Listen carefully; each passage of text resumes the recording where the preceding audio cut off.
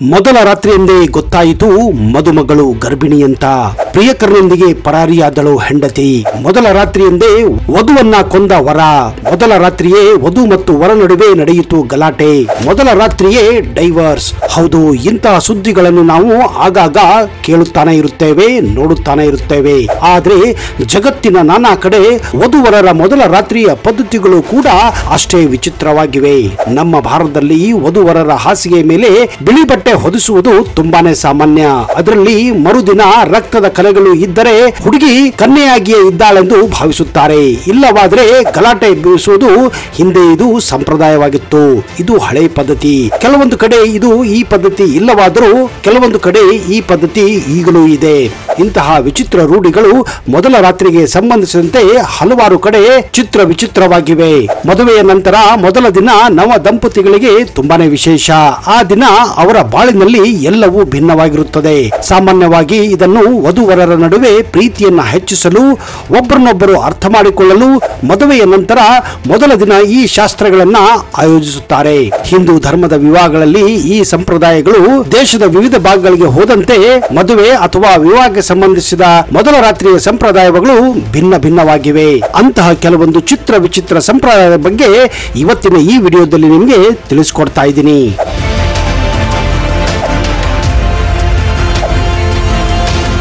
ವಧುವಿನ ಕೋಣೆಗೆ ಬರಲು ಶುಲ್ಕ. ಹೌದು, ವಧುವಿನ ಸೋದರ ಸಂಬಂಧಿಗಳು ಮತ್ತು ಕೆಲವು ಸಾಮಾನ್ಯ ಸ್ನೇಹಿತರು ಹೊಸ ದಂಪತಿಗಳೊಂದಿಗೆ ಸಿದ್ಧಗೊಳಿಸಿದ ಮೊದಲ ರಾತ್ರಿ ನಡೆಯುವ ಕೋಣೆಗೆ ಹೋಗುತ್ತಾರೆ. ಈ ಸಂದರ್ಭದಲ್ಲಿ ಅವರು ಕೇವಲ ವಧುವಿಗೆ ಮಾತ್ರ ಕೋಣೆ ಒಳಗೆ ಬರಲು ಅನುಮತಿಯನ್ನ ನೀಡುತ್ತಾರೆ.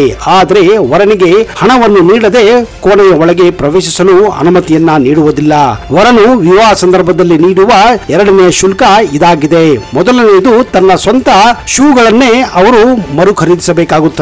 ವಿವಾಹದ ಆಚರಣೆಯಂತೆ ವಧುವಿನ ಸೋದರ ಸಂಬಂಧಿಗಳು ವರನ ಬೂಟನ್ನ ಮರೆಮಾಚುತ್ತಾರೆ ಮತ್ತು ಮದುವೆಯ ಚಪ್ಪರದಿಂದ ಅಥವಾ ಆ ಮದುವೆಯ ಹಾಲಿನಿಂದ ಹೊರಡುವ ಸಮಯ ಬಂದಾಗ ವರನು ತನ್ನ ಶೂಸ್ಗಳನ್ನ ಅಥವಾ ಬೂಟುಗಳನ್ನ ಮರಳಿ ಪಡೆಯಲು ಹಣವನ್ನ ಕೊಡಬೇಕಾಗುತ್ತದೆ. ನಂತರ ಅವನು ವಧುವಿದ್ದ ಕೋಣೆಗೆ ಹೋಗಬೇಕಾದಾಗಲೂ ಹಣವನ್ನ ನೀಡಿಯೇ ಒಳಗಡೆ ಹೋಗಬೇಕಾಗುತ್ತದೆ. ಈ ಸಂಪ್ರದಾಯಗಳು ಉತ್ತರ ಭಾರತದಲ್ಲಿ ಮಾತ್ರವಲ್ಲ, ದಕ್ಷಿಣ ಭಾರತದಲ್ಲಿಯೂ ಅಲ್ಲಿ ಇಲ್ಲಿ ನಡೆಯುತ್ತಾನೆ ಇರುತ್ತವೆ. ಆದ್ರೆ ಕೆಲವೊಮ್ಮೆ ಪ್ರದೇಶಗಳಿಗೆ ತಕ್ಕಂತೆ ಈ ಆಚರಣೆಗಳಲ್ಲಿ ಒಂದಿಷ್ಟು ಬದಲಾವಣೆಗಳಾಗುತ್ತವೆ. ಈ ಒಂದು ಆಚರಣೆಯನ್ನ ನಾವು ಹೆಚ್ಚಾಗಿ ಹಿಂದಿ ಸಿನಿಮಾಗಳಲ್ಲಿ ಅಂದ್ರೆ ಬಾಲಿವುಡ್ ಸಿನಿಮಾಗಳಲ್ಲಿ ಕಾಣಬಹುದು. ಮುಖ ತೋರಿಸುವ ಪದ್ಧತಿ.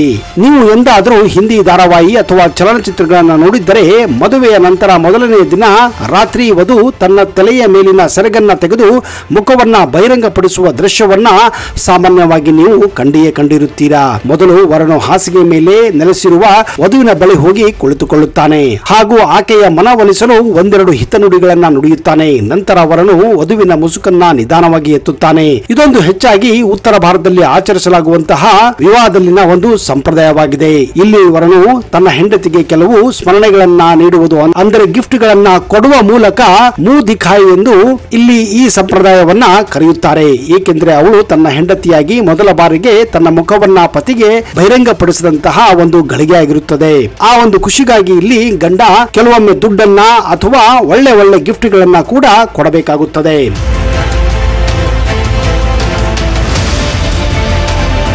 ಹಾಲಿನ ಲೋಟದ ವಿಶೇಷತೆ. ಹಿಂದೂ ಸಂಪ್ರದಾಯದ ಪ್ರಕಾರ ಮುಸುಕು ತೆಗೆದ ನಂತರ ಮತ್ತು ವರನು ತನ್ನ ವಧುವಿನ ಮೇಲೆ ತನ್ನ ಕಾಮದ ಕಣ್ಣನ್ನ ಹಾಕುತ್ತಾನೆ. ಅವನನ್ನು ಸಂತೋಷಪಡಿಸಲು ಈಗ ವಧುವಿನ ಸರದಿಯಾಗಿರುತ್ತದೆ. ಮೊದಲು ಅವಳು ಅವನಿಗೆ ಒಂದು ದೊಡ್ಡ ಲೋಟ ಹಾಲನ್ನ ನೀಡುತ್ತಾಳೆ. ಈ ಸಂಪ್ರದಾಯವನ್ನು ನೀವು ಎಲ್ಲಾ ಭಾಗದಲ್ಲಿಯೂ ಕಾಣಬಹುದು. ಹಾಲು ಮತ್ತು ಮದುವೆಯ ರಾತ್ರಿ ಪರಸ್ಪರ ಏನು ಸಂಬಂಧ ಎಂದು ನೀವು ಸಾಕಷ್ಟು ಬಾರಿ ಯೋಚಿಸಿರಬಹುದು. ಪ್ರಾಚೀನ ಜನರ ಪ್ರಕಾರ ಹಾಲು ತನ್ನ ಕಾರ್ಯಕ್ಷಮತೆಯನ್ನ ಉತ್ತಮಗೊಳಿಸುತ್ತದೆ, ವರನಲ್ಲಿ ಕಾಮೋತ್ತೇಜನೆ ಹೆಚ್ಚು ಮಾಡುತ್ತದೆ. ಹೀಗೆ ಮಾಡುವುದರಿಂದ ಅವರ ಮೊದಲ ರಾತ್ರಿ ಸುಖಮಯವಾಗಿರುತ್ತದೆ, ವರನಲ್ಲಿ ಹೊಸ ಚೈತನ್ಯವನ್ನ ಮೂಡಿಸುತ್ತದೆ ಎನ್ನುವುದು ಈ ಒಂದು ಹಾಲಿನ ಲೋಟದ ರಹಸ್ಯವಾಗಿದೆ. ಬಿಳಿ ಬಣ್ಣದ ಬೆಡ್ಶೀಟ್. ಹೆಚ್ಚಿನ ಚಲನಚಿತ್ರಗಳಲ್ಲಿ ಮದುವೆಯ ನಂತರ ಮೊದಲನೇ ರಾತ್ರಿ ಬೆಡ್ಶೀಟ್ ಗಳನ್ನ ಬಿಳಿ ಬಣ್ಣದಲ್ಲಿ ಏಕೆ ತೋರಿಸುತ್ತಾರೆ ಎಂಬುದನ್ನ ನೀವ್ಯಾವತ್ತಾದ್ರೂ ಯೋಚನೆ ಮಾಡಿದ್ದೀರಾ ಅಥವಾ ಅದರ ಹಿಂದಿನ ಕಾರಣವನ್ನ ತಿಳಿದುಕೊಳ್ಳಲು ಪ್ರಯತ್ನ ಪಟ್ಟಿದ್ದೀರಾ? ಮದುವೆಯ ನಂತರ ಮೊದಲ ದಿನ ರಾತ್ರಿ ವಧುವಿನ ಕೋಣೆಯ ಮಂಚವನ್ನ ಬಿಳಿ ಬಣ್ಣದ ಬೆಡ್ಶೀಟ್ ಬೆಡ್ಶೀಟ್ಗಳಿಂದ ಅಲಂಕರಿಸುವ ಪದ್ಧತಿಯನ್ನ ಹೆಚ್ಚಾಗಿ ಭಾರತದಾದ್ಯಂತ ನೀವು ಕಾಣಬಹುದು.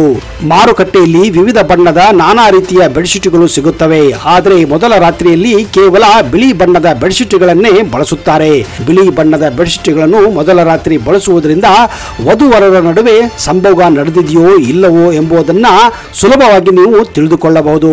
ಒಂದು ವೇಳೆ ಹುಡುಗಿಯು ಕನ್ಯೆಯಾಗಿದ್ದರೆ ಆ ಬೆಡ್ಶೀಟ್ ಮೇಲೆ ರಕ್ತ ಬಿದ್ದ ಕಲೆಗಳು ಕಾಣುತ್ತವೆ ಎನ್ನುವುದು ಹಿಂದಿನ ಕಾಲದಿಂದಲೂ ನಡೆದುಕೊಂಡು ಬಂದಂತಹ ಒಂದು ಪದ್ಧತಿಯಾಗಿದೆ. ಹೂಗಳಿಂದ ಅಲಂಕಾರ ಮಾಡಿಸಿದ ಹಾಸಿಗೆ. ಮದುವೆಯ ನಂತರ ಮೊದಲ ರಾತ್ರಿ ವಧುವರರ ಕೋಣೆಯಲ್ಲಿ ವಿನ್ಯಾಸಗೊಳಿಸಲಾದ ಹಾಸಿಗೆಯನ್ನ ನೀವು ಖಂಡಿತವಾಗಿ ನೋಡಿರುತ್ತೀರಿ. ಯಾಕಂದ್ರೆ ಈ ಸಂಪ್ರದಾಯವನ್ನ ದೇಶದ ಎಲ್ಲಾ ಭಾಗಗಳಲ್ಲಿಯೂ ಹೆಚ್ಚಾಗಿ ಅನುಸರಿಸುತ್ತಾರೆ. ಹಾಸಿಗೆಯ ಮೇಲೆ ಅಲ್ಲಲ್ಲಿ ಮಲ್ಲಿಗೆ ಹೂಗಳು, ಗುಲಾಬಿ ಹೂಗಳು, ಎಸಳುಗಳಿಂದ ಅಲಂಕಾರ ಮಾಡುತ್ತಾರೆ. ಈ ಸಂಪ್ರದಾಯದ ಹಿಂದೆ ಒಂದು ಕಾರಣವೂ ಇದೆ. ವಿವಾಹದ ಜಂಜಟದಲ್ಲಿ ವಧುವರರ ಮನಸ್ಸು, ದೇಹ ಆಯಾಸಗೊಂಡಿರುತ್ತದೆ. ಈ ಹೂಗಳ ಸುಗಂಧವು ದಂಪತಿಗಳಿಗೆ ಪರಿಪೂರ್ಣ ಮನಸ್ಥಿತಿಯನ್ನ ನೀಡುತ್ತದೆ ಎನ್ನುವುದು ಇದಕ್ಕೆ ಕಾರಣವಾಗಿದೆ. ಹೀಗಾಗಿ ಮಲಗುವ ಮಂಚವನ್ನ ಮಲ್ಲಿಗೆ ಮತ್ತು ಗುಲಾಬಿ ಹೂಗಳಿಂದ ಅಲಂಕರಿಸುತ್ತಾರೆ.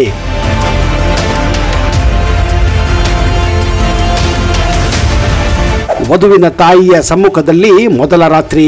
ದಕ್ಷಿಣ ಆಫ್ರಿಕಾದ ಕೆಲವು ಆದಿವಾಸಿಗಳಲ್ಲಿ ಈ ಒಂದು ವಿಚಿತ್ರ ಪದ್ಧತಿ ಇದೆ. ಅದೇನೆಂದರೆ ವಧುವರರು ಮೊದಲ ರಾತ್ರಿಯನ್ನ ವಧುವಿನ ತಾಯಿಯ ಸಮ್ಮುಖದಲ್ಲಿಯೇ ಕಳೆಯಬೇಕು. ಅಂದರೆ ಗಂಡು ಹೆಣ್ಣು ಫಸ್ಟ್ ನೈಟ್ ಆಚರಿಸಿಕೊಳ್ಳುವ ಕೋಣೆಯಲ್ಲೇ ವಧುವಿನ ತಾಯಿಯೂ ಕೂಡ ಇರುತ್ತಾಳೆ. ಅಂದರೆ ಇದರಲ್ಲಿ ಒಂದು ಸೂಕ್ಷ್ಮತೆ ಇದೆ. ಸಂಭೋಗದ ಬಗ್ಗೆ ನವ ದಂಪತಿಗಳಿಗೆ ತಿಳಿಯದ ಅಂಶಗಳನ್ನ ಈ ಜೋಡಿ ಈ ಹಿರಿಯ ಹೆಣ್ಣಿನ ಜೊತೆ ತಿಳಿದುಕೊಂಡು ಜ್ಞಾನವನ್ನ ಪಡೆದುಕೊಂಡು ಮುಂದೆ ತಮ್ಮ ಮೊದಲ ರಾತ್ರಿಯನ್ನ ಕಳೆಯಬಹುದು ಎನ್ನುವುದು ಈ ಒಂದು ರೂಢಿಯಾಗಿದೆ.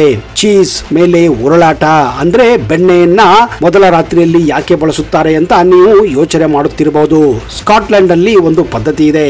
ಅದರ ಪ್ರಕಾರ ವಧುವರರು ತಮ್ಮ ಹಾಸಿಗೆಗೆ ಚೀಸ್ ಅನ್ನ ಹಚ್ಚಬೇಕಾಗುತ್ತದೆ. ಚೀಸ್ ನ ಮೇಲೆ ಉರುಳಾಡಬೇಕಾಗುತ್ತದೆ. ಅದು ಹೇಗೆ ಅದರ ಮೇಲೆ ನಿದ್ರಿಸುತ್ತಾರೋ ದೇವರೇ ಬಲ್ಲ ಅಂತ ನೀವು ಯೋಚನೆ ಮಾಡುತ್ತಿರಬಹುದು. ಸ್ನೇಹಿತರೆ, ಮೊದಲ ರಾತ್ರಿ ಇರುವುದು ನಿದ್ರಿಸುವುದಕ್ಕಲ್ಲ. ಆ ಒಂದು ಪಾಯಿಂಟ್ ಇಟ್ಟುಕೊಂಡೇ ಚೀಸ್ ಮೇಲೆ ಉರುಳಾಡುವುದರಿಂದ ಸಖತ್ ಮಜಾ ಬರುತ್ತದೆ ಅಂತ ಬೆಡ್ಗಳ ಮೇಲೆ ಬೆಣ್ಣೆಯನ್ನ ಚೀಸ್ ಅನ್ನ ಹಾಕುವುದು ಸ್ಕಾಟ್ಲೆಂಡ್ ನಲ್ಲಿ ತುಂಬಾ ಒಂದು ವಿಚಿತ್ರ ಸಂಪ್ರದಾಯ.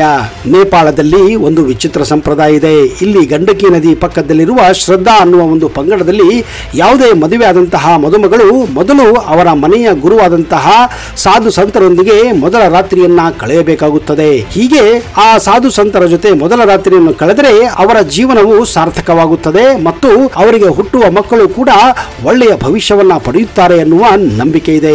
ಮಾಹಿತಿಯ ಪ್ರಕಾರ ಹೆಚ್ಚಾಗಿ ಇಲ್ಲಿ ಮೊದಲು ಹುಟ್ಟುವ ಮಕ್ಕಳು ಆ ಸಂತ ಸನ್ಯಾಸಿಗಳಿಂದ ಹುಟ್ಟುತ್ತಾರೆ ಎನ್ನುವ ನಂಬಿಕೆ ಕೂಡ ಇದೆ. ಆಮೇಲೆಯೇ ಎರಡನೇ ಮಗು, ಮೂರನೇ ಮಗು ತಮ್ಮ ಗಂಡಂದಿರಿಂದ ಹೆಂಡತಿಯರು ಬಯಸುತ್ತಾರೆ. ಆದರೆ 1990ರ ಈಚೆಗೆ ಈ ಪದ್ಧತಿಯನ್ನ ನೇಪಾಳ ಸರ್ಕಾರ ನಿಷೇಧ ಮಾಡಬೇಕೆಂದು ಹರಸಾಹಸ ಪಡುತ್ತಿದ್ದರೂ ಕೂಡ ಈಗಲೂ ಕೂಡ ಕದ್ದು ಮುಚ್ಚಿ ಈ ಒಂದು ಪದ್ಧತಿ ಸಂಪ್ರದಾಯ ಇಲ್ಲಿ ನಡೆಯುತ್ತಾನೆ ಇರೋದು ವಿಚಿತ್ರ ಎನಿಸುತ್ತಿದೆ.